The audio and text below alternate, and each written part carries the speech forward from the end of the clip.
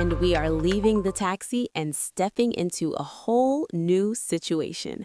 Welcome to episode 3 of Next Level English. I am Maya, and yes, that is exactly where Tom left off at the end of episode 2, because today we are doing something special. This is our final episode on English for taxi rides, and we are going out with a bang. And I am Tom. 3 episodes on taxi rides might sound like a lot, but here is the truth. Every single episode has gone deeper, and this one goes the deepest. In episode 1, we built the foundation. In episode 2, we went into bookings, ride shares, delays, and preferences. And today, we are covering the situations that most English courses never touch. That is right. Today, it is about what happens when things get complicated, real disputes with drivers, what to do if you leave something in the taxi, how English sounds different depending on which English-speaking country you are in, and the kind of advanced, confident language that makes you sound completely fluent, not just functional. By the end of this episode, you will have everything. Every layer of English for taxi rides, from your very first word getting in, all the way to handling the most unexpected situations with total confidence. This is the one I have been looking forward to. Let's get into it. Pause. Okay, so let's start with something that comes up more than people expect. You're in the taxi and something feels off. Maybe the driver is taking a route that seems too long. Maybe the meter is going up too fast. Maybe there's a charge you didn't expect at the end. How do you handle this without being rude, but also without being a pushover? This is where your language really matters, because the difference between sounding aggressive and sounding professional is often just a few words. So let's start with the meter. If you feel like the meter is running too fast, you can say, "Could you explain the meter to me? Could you explain the meter to me?" Notice, you're not accusing anyone. You're asking for an explanation. Could you explain the meter to me? This keeps the conversation calm and gives the driver a chance to clarify. And the driver might say something like, "There's a surcharge for luggage," or "There's an extra fee for the time of night." Surcharge. That's a really important vocabulary word. A surcharge is an additional charge added on top of the regular price. Surcharge. There's a surcharge for going to the airport. There's a late night surcharge. Surcharge, an extra fee on top of the base price. Surcharge. Oh, surcharge. Write that one down. You'll see it and hear it, not just in taxis, but in restaurants, hotels, airlines, everywhere. Surcharge means there's an extra cost and you need to know why. Could you explain the surcharge? Is there a surcharge for this route? Surcharge. Now, if you genuinely believe there's an error, maybe the driver charged you twice, or the total is much higher than the meter showed, you can say, "I think there may be a mistake with the total." I think there may be a mistake with the total. Again, notice the hedging language. I think, there may be. These soften your words and keep things professional. I think there may be a mistake with the total. And if they can't resolve it, a calm and firm thing to say is, "Could I have a record of this journey, please? Could I have a record of this journey?" This means you want proof of the ride, the route, the time, the distance, so you can dispute it if needed. "Could I have a record of this journey, please?"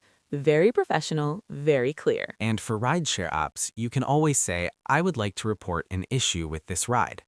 I would like to report an issue with this ride.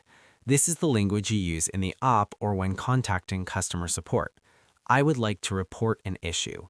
Not, I want to complain. Not, this was terrible. I would like to report an issue with this ride. Calm, adult, and effective. Let's recap this dispute section before we move on. Vocabulary, surcharge, an extra fee on top of the base price. Chunk, could you explain the meter to me? Asking calmly for clarification. Sentence, I think there may be a mistake with the total, politely pointing out a possible error. And, could I have a record of this journey, please?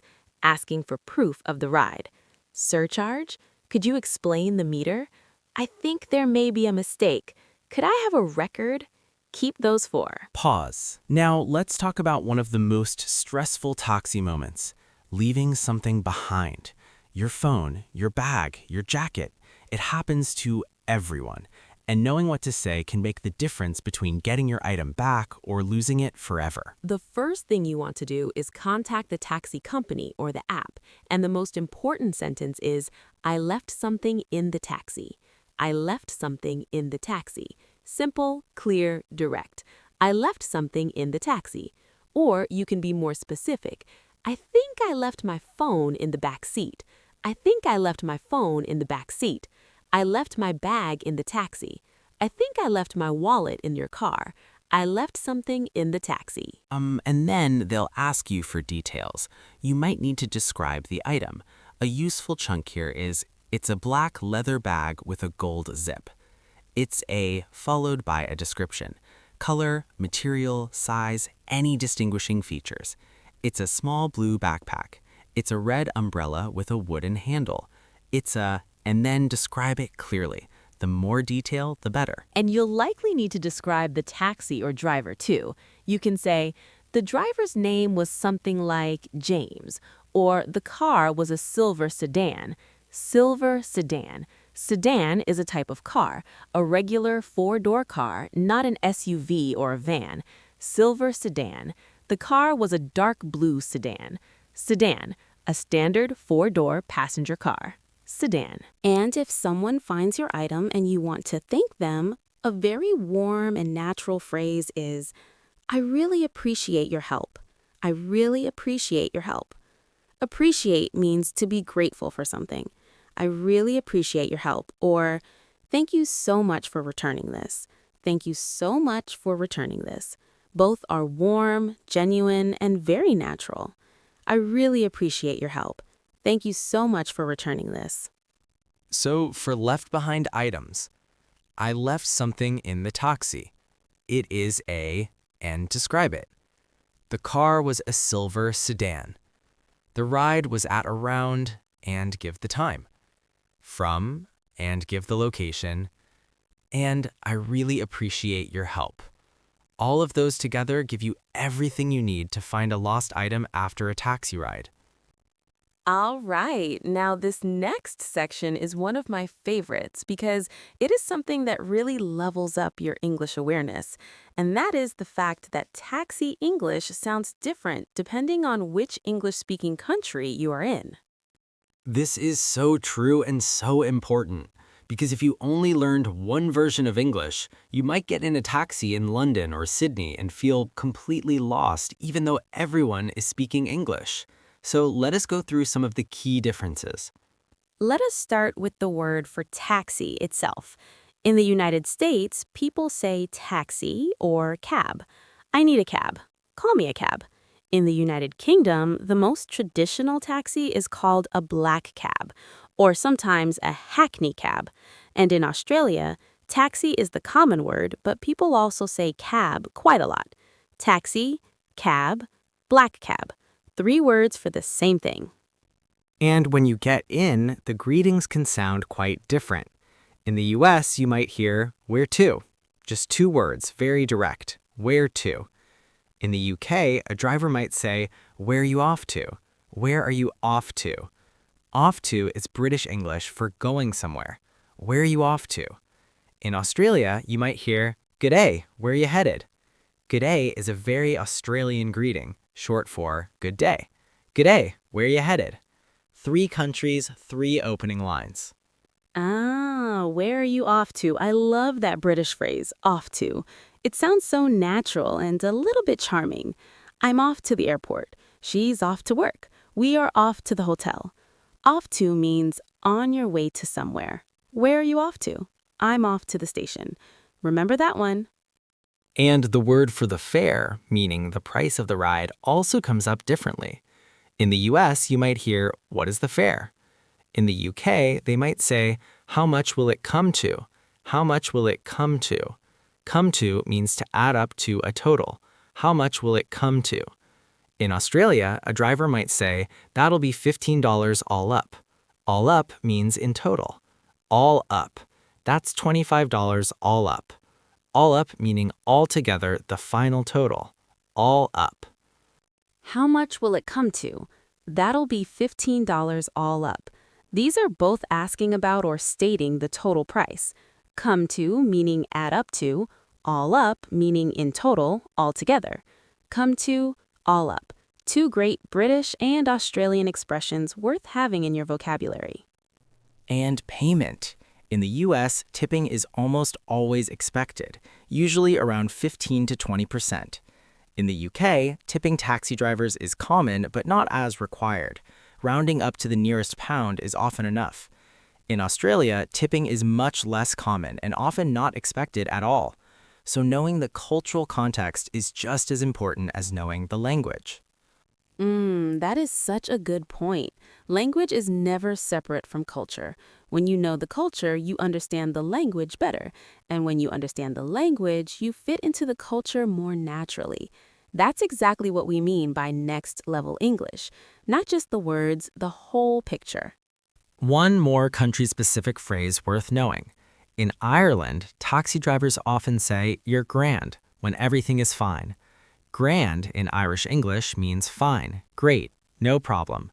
You're grand. If you say sorry for making the driver wait and they say you're grand, that means don't worry about it. Everything is fine. You're grand.